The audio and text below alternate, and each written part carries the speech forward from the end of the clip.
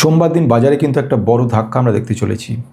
সোমবার দিন এই যে বড় ধাক্কা শেয়ার মার্কেটে আসছে, তার প্রথম কারণ যেটা রয়েছে এবং যেটার কারণের জন্য অনেক বড় বড় অ্যানালিস্ট এটাকে বলছে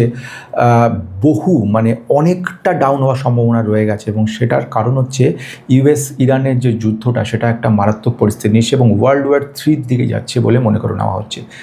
কেন মনে হচ্ছে ওয়ার্ল্ড ওয়ার 3-র দিকে যাচ্ছে, তার পিছনে 3টে গুরুত্বপূর্ণ পয়েন্টকে বলবো, যেটার জন্য যে যুদ্ধটা মনে হয়েছিল এবার থামলো বোধহয়, যে কারণে মার্কেটটা আস্তে আস্তে করে এগোতে শুরু করেছে। পোর্টফোলিওটা একটু হলেও সবুজ রং দেখা যাচ্ছিল এবং মনে হয়েছিল এবারে বোধহয় হয়ে গেল পজিটিভ ব্যাপার, কিন্তু না।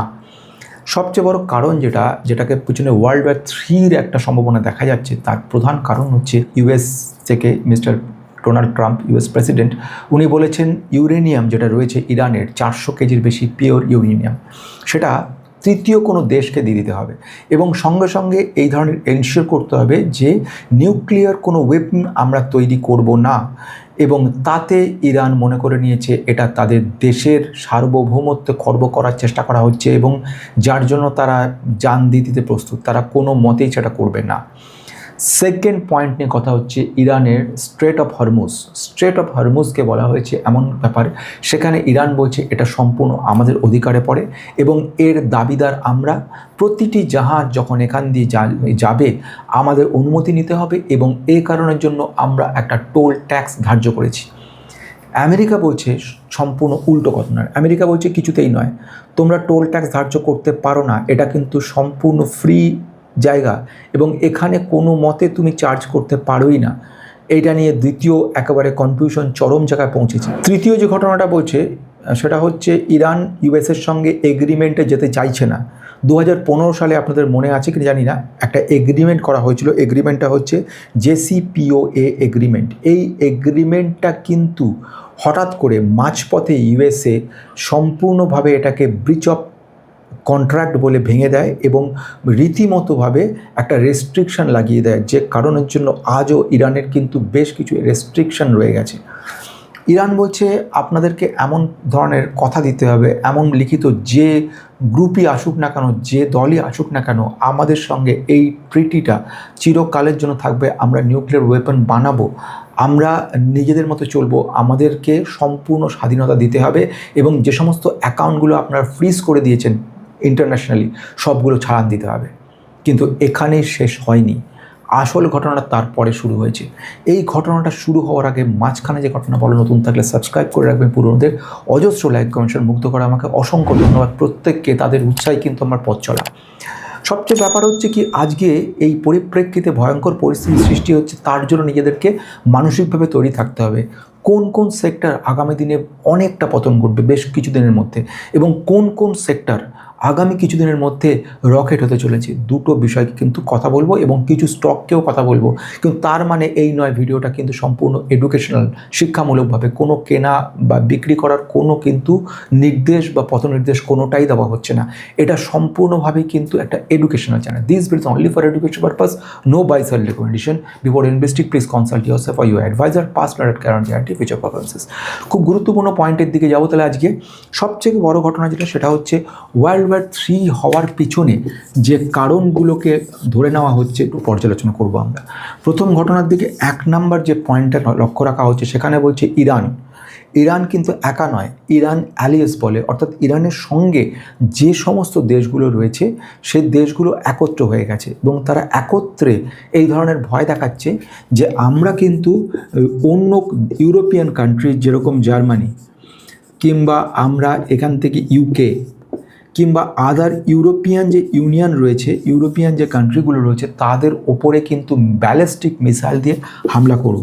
এই ব্যালিস্টিক মিসাইল বা ইন্টারন্যাশনাল ব্যালিস্টিক মিসাইলের রেঞ্জ কিন্তু গোটা ইউরোপটাই পুরোপুরি রয়ে গেছে। এতে আতঙ্কিত হয়ে পড়েছে ইউরোপীয় সমস্ত দেশগুলো এবং তারা রীতিমতো ভীত সন্ত্রস্ত এবং তারা একত্র হওয়ার চেষ্টা করছে, যদি সেরকম ঘটনা ঘটে কীভাবে আমরা নিজেদের মোকাবিলা করব। এবং এর ফলে আলটিমেটলি কিন্তু ওয়ার্ল্ড ওয়ার 3 হওয়ার সম্ভাবনা কিন্তু তৈরি হয়ে যাচ্ছে, কারণ এখানে তৈরি হয় দুটো গোষ্ঠী তৈরি হয়ে যাচ্ছে। 2 নম্বর গুরুত্বপূর্ণ পয়েন্ট, এটাও কিন্তু খুব সাংঘাতিক ব্যাপার বলে মনে করে নেওয়া হচ্ছে, সেটা হচ্ছে ন্যাটো থেকে একটা বিবৃতি জারি করা হয়েছে। ন্যাটো বলেছে যদি এই মুহূর্তে জুন মাসের মধ্যে তোমরা স্ট্রেট অফ হরমুজকে যদি বন্ধ করে দাও বা বন্ধ করার চেষ্টা করো, আমরা জুন মাস পর্যন্ত দেখব, জুন মাস শেষ হয়ে যাবে, তারপর আমরা স্ট্রেট কিন্তু অ্যাটাক করব তোমাদের উপরে, ইরানের উপরে অ্যাটাক হয়ে যাবে। ইরানের উপর যদি ন্যাটো অ্যাটাক করে, তার মানে বুঝতে পারছেন ন্যাটো ব্যাপারটা কী দাঁড়াচ্ছে। এটা একটা পুরো অ্যালায়েন্স, এই ইউরোপিয়ান অ্যালায়েন্স কোটাটা মানে তার মধ্যে সকলে পড়ছে একযোগে, এবং সঙ্গে সঙ্গে সেটা কিন্তু শেষ নয়, ইরানের কাছে প্রচুর পরিমাণ ইউরেনিয়াম রয়েছে, নিউক্লিয়ার ওয়েপন রয়েছে। ইরান একাও নয়, একাধিক দেশ ইনক্লুডিং পাকিস্তানও এদের সঙ্গে যুক্ত রয়েছে। তারা কিন্তু ডাইরেক্টলি অ্যাটাক শুরু করে, ইভেন পাকিস্তান বলেই রেখেছে ইন্ডিয়ার উপরে অ্যাটাক বাকি রয়েছে। এবং যদি এরকম পরিস্থিতি সৃষ্টি হয়, তাহলে কিন্তু ওয়ার্ল্ড ওয়ার জায়গায় চায়না সাপোর্ট করবে পাকিস্তানকে, সঙ্গে সঙ্গে ইন্ডিয়াকে সাপোর্ট করবে রাশিয়া।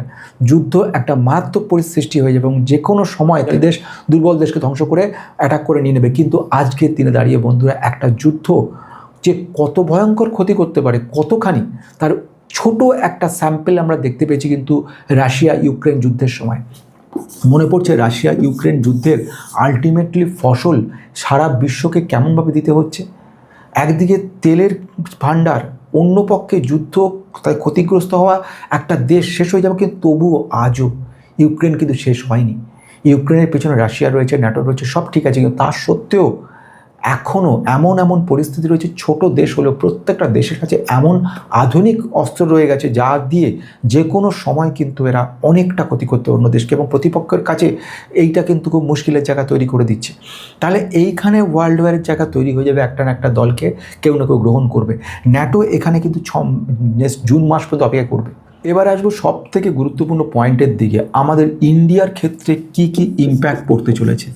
ইন্ডিয়া কিন্তু এর মধ্যে অলরেডি বেশ কিছু ক্ষতি হয়ে গেছে অলরেডি। প্রথম ক্ষতি হয়েছে রুপি কিন্তু ডাউন হওয়া শুরু হয়ে গেছে। ইন্ডিয়ান ইকোনমি ক্ষেত্রে কিন্তু আমরা যেটা 4 থেকে 6 জায়গায় চলে গেছি। আমাদের কিন্তু কনস্ট্যান্টলি ডলার যেটা রয়েছে, ডলারাইজেশন বলে এটাকে, ডলার কিন্তু কনস্ট্যান্টলি কমে যাচ্ছে। আর একটু ভালোভাবে যদি বলি, ফরেক্স রিজার্ভসকে কিন্তু কমাতে বাধ্য করছে রিজার্ভ ব্যাঙ্ক। রিসেন্ট খবর নিশ্চয়ই আপনারা পেয়েছেন, অলরেডি $8 বিলিয়ন বেশি কিন্তু রিজার্ভ ব্যাঙ্ক মার্কেটে ডলার সেল করছে, যাতে কিনা রুপিটাকে স্ট্যান্ডার্ড আটকানোর জন্য। নাহলে রুপি কনস্ট্যান্ট পড়ে চলে যায়, 96 টাকারও নিচে চলে যাচ্ছে। এবং ইউবিএসের মত অনুযায়ী 95 টাকা থেকে 100 টাকায় পৌঁছতে পারে রুপি, মানে কত সাংঘাতিক জায়গায় চলে যাবে মার্কেট। তাহলে এইরকম পরিস্থিতিতে ইন্ডিয়ার একটা প্রভূত ক্ষতি হবে। কোন কোন ক্ষেত্রে ক্ষতি হবে? ক্রুড অয়েল রিলেটেড অনেকগুলো জায়গাতে কিন্তু আমরা একটা ইম্প্যাক্ট পড়বে, যার ডাইরেক্ট এবং ইনডাইরেক্ট ইম্প্যাক্ট ইন্ডিয়ার ইকোনমি ক্ষেত্রে মারাত্মক লেভেলে পড়বে। আমি গ্লোবাল ক্ষেত্রে তো বটেই, আমি যদি ইন্ডিয়ার ক্ষেত্রে, যেহেতু ইনভেস্টমেন্ট আমাদের ইন্ডিয়াতে রয়েছে, তাই জন্য আমি বলবো কোন কোন সেক্টরগুলো এই মুহূর্তে আমার কাছে মনে হচ্ছে একটা ভয়ানক পরিস্থিতি সৃষ্টি করতে পারে।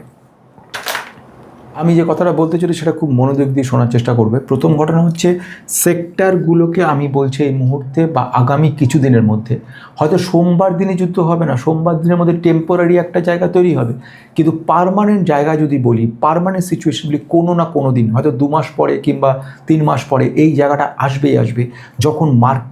যখন এই যুদ্ধটা সৃষ্টি হবে, তখন কিন্তু ভয়ঙ্কর পরিস্থিতি হবে। আমি যেটা বলতে চলেছি, প্রথম যে জায়গাটা অ্যাটাক হবে সেটা হচ্ছে অ্যাভিয়েশনের ক্ষেত্রে কিন্তু একটা মারাত্মক পরিস্থিতির সৃষ্টি হবে। যেই মুহূর্ত থেকে এই ক্রুড অয়েলের দাম বেড়ে যাবে বহুগুণ, ইনফ্যাক্ট সোমবার দিনই ক্রুড অয়েল 105 থেকে 110 পৌঁছতে চলেছে। এখন এই অ্যাভিয়েশনের মধ্যে আমি যেটা বলতে পারি সেটা হচ্ছে ইন্ডিগো, ইন্টারগ্লোব অ্যাভিয়েশন। এটার ক্ষেত্রে 2 নম্বর হচ্ছে স্পাইস জেট, এদের ক্ষেত্রে কিন্তু একটা নেগেটিভ ইম্প্যাক্ট পড়তে চলেছে। সেকেন্ড আমি বলবো ক্রুড অয়েল রিলেটেড যে কোম্পানিটার কথা বলতে চলেছি সেটা হচ্ছে কেমিক্যাল সেক্টর। পেইন্ট সেক্টর এবং কেমিক্যাল সেক্টর ডাইরেক্টলি কিন্তু ইম্প্যাক্ট পড়বে, ফলে কেমিক্যাল সেক্টর আবার হারিয়ে যেতে চলেছে গভীর জলে।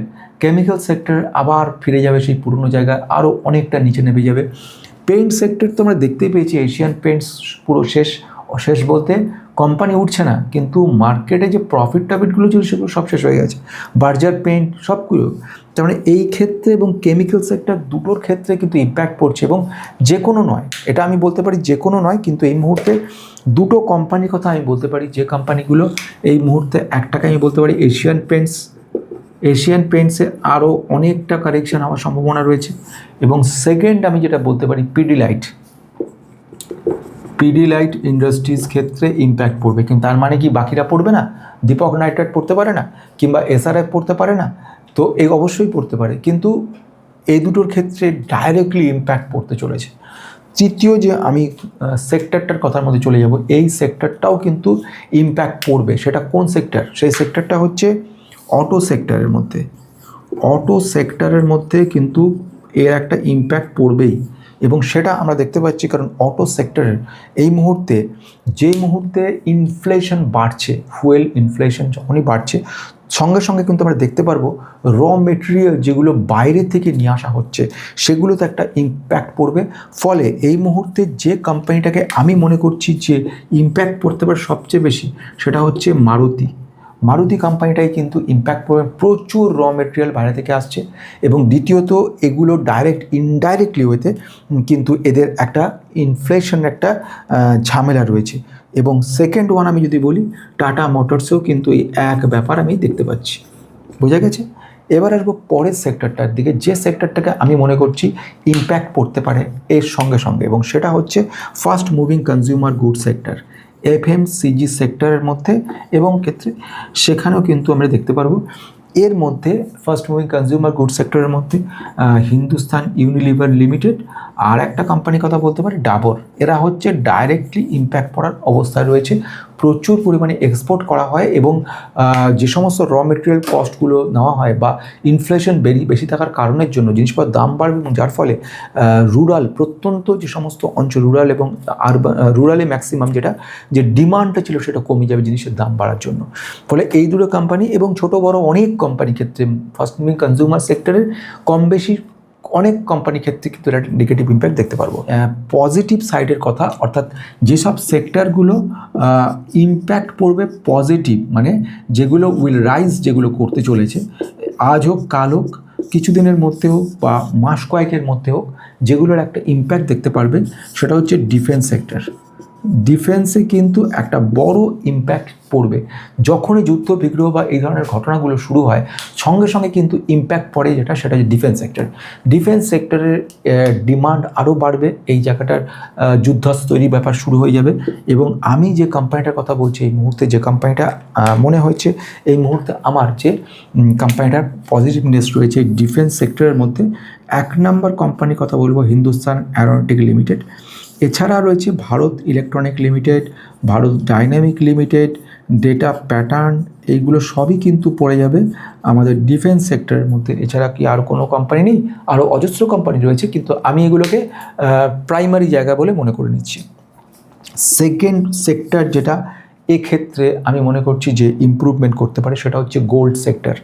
গোল্ডের অর্নামেন্ট বা এই ধরনের ব্যাপার ডাইরেক্ট নয়, যে কোম্পানিগুলো গোল্ড ব্যাপারটা কী হয়, সবসময় হেজিং হয়, অর্থাৎ যখনই রিস্ক তৈরি হয় মার্কেটে, তখন ম্যাক্সিমাম ইনভেস্টার মার্কেটে সেল আউট করে এবং টোটাল টাকাটা কি গোল্ডে রেখে দেয়, যে কারণে গোল্ডে আজকে কি বিশাল দামে চলে গেছে, এবং ভবিষ্যতে ইউবিএস বা ওরা বলছে 2 লক্ষতেও পৌঁছতে পারে। তো যদি সেইটাই সঠিক হয়ে থাকে বা নাও বা হয়ে থাকে, এই মুহূর্তে গোল্ড কিন্তু একটা ইম্প্যাক্ট ফেলবে। এবারে গোল্ডের মধ্যে যে কোম্পানিগুলোকে আমি মনে করছি, প্রথম হচ্ছে টাইটান, এখানে একটা ভালো কাজ করতে পারে।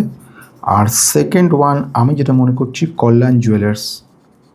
কল্যাণ জুয়েলার্স ভালো করতে পারে এখন। এটা গেল এইখানে। এছাড়া আর কোথায় হতে পারে? এনার্জি সেক্টরের মধ্যে। এনার্জি সেক্টর আমাদেরকে কিন্তু, যে কথাটা আমি অনেক ধরে বলে আসছিলাম, যে এরপরেই এনার্জি সেক্টরের প্রয়োজনীয়তাটা বাড়বে। দেখো, প্রথম ঘটনা হচ্ছে আমাদের সবথেকে বড় বেশি খরচ হচ্ছে কিসে? আমাদেরকে ফুয়েল বাইরে থেকে প্রচুর পরিমাণে আমাদের ইম্পোর্ট করতে। যদি ফুয়েলটাকে আমরা বন্ধ করে দিই, একদম জিরো করে দিই, আমরা কিন্তু আর ঘাটতিতে থাকবো না, আমরা কিন্তু এক্সেসে চলে যাব। শুধু ফুয়েলের জন্য আমাদের এত কোটি কোটি টাকা খরচ হচ্ছে আমাদের। তাহলে ফুয়েল ব্যাপারটাকে আমরা যদি কিছুটা হলেও রিপ্লেস করতে পারি, সম্ভব নয় পুরোটা, কিছুটা যদি রিনিউয়েবল এনার্জিতে আমরা রিপ্লেস করতে পারি, যে ধরনের 2 চাকা 3 চাকা 4 চাকা যে সমস্ত যানবাহনগুলো চলেছে, যদি সেগুলোকে আমরা রিনিউয়েবল এনার্জি অর্থাৎ ইলেকট্রনিক ভেহিকেলসে কনভার্ট করতে পারি, তাহলে চাহিদাটা কিছুটা কমছে। কলকারখানায় যদি বড় বড় সোলার সেল বসিয়ে দেওয়া যায় ছাদে, কিছুটা হলেও অন্ততপক্ষে 15 to 20% যদি আমরা এই ব্যাপারটাকে সেভ করতে পারি, সেটাও কিন্তু সংখ্যাটা বিরাট। আমরা 500 জিগাওয়াটে যদি পৌঁছতে পারি 2030 সালের মধ্যে, 500 জিগাওয়াটে পৌঁছানো মানে কিন্তু আমরা অনেকটাই পজিটিভ জায়গায় পৌঁছে গেছি এবং এটা আরও উত্তরোত্তর চেঞ্জ হতে থাকবে। এই জায়গাটাকে কত তাড়াতাড়ি রিনিউয়েবল এনার্জি সেক্টরটাকে আমরা পাওয়ারফুল হতে পারি সেটাই দেখার। এবার রিনিউয়েবল এনার্জির মধ্যে অজস্র কোম্পানি রয়ে গেছে, তবে ইনফ্রাস্ট্রাকচারের উপর যে কোম্পানিগুলো রয়েছে যেরকম আমি প্রথম বলবো সিজি পাওয়ার অ্যান্ড ইন্ডাস্ট্রিয়ালস, এরা কিন্তু এ ব্যাপারে কাজ করছে, 1 নাম্বার। 2 নম্বর যে কোম্পানিটার আমি কথা মনে করছি as per exact situation, হিতাচি energy, এটাও একটা কিন্তু খুব বড় একটা কোম্পানি, যে কোম্পানিটা কিন্তু আমাদেরকে রিনিউয়েবল সেক্টর হোক বা infrastructure related total renewable energy সেটা কিন্তু এ দেখছে।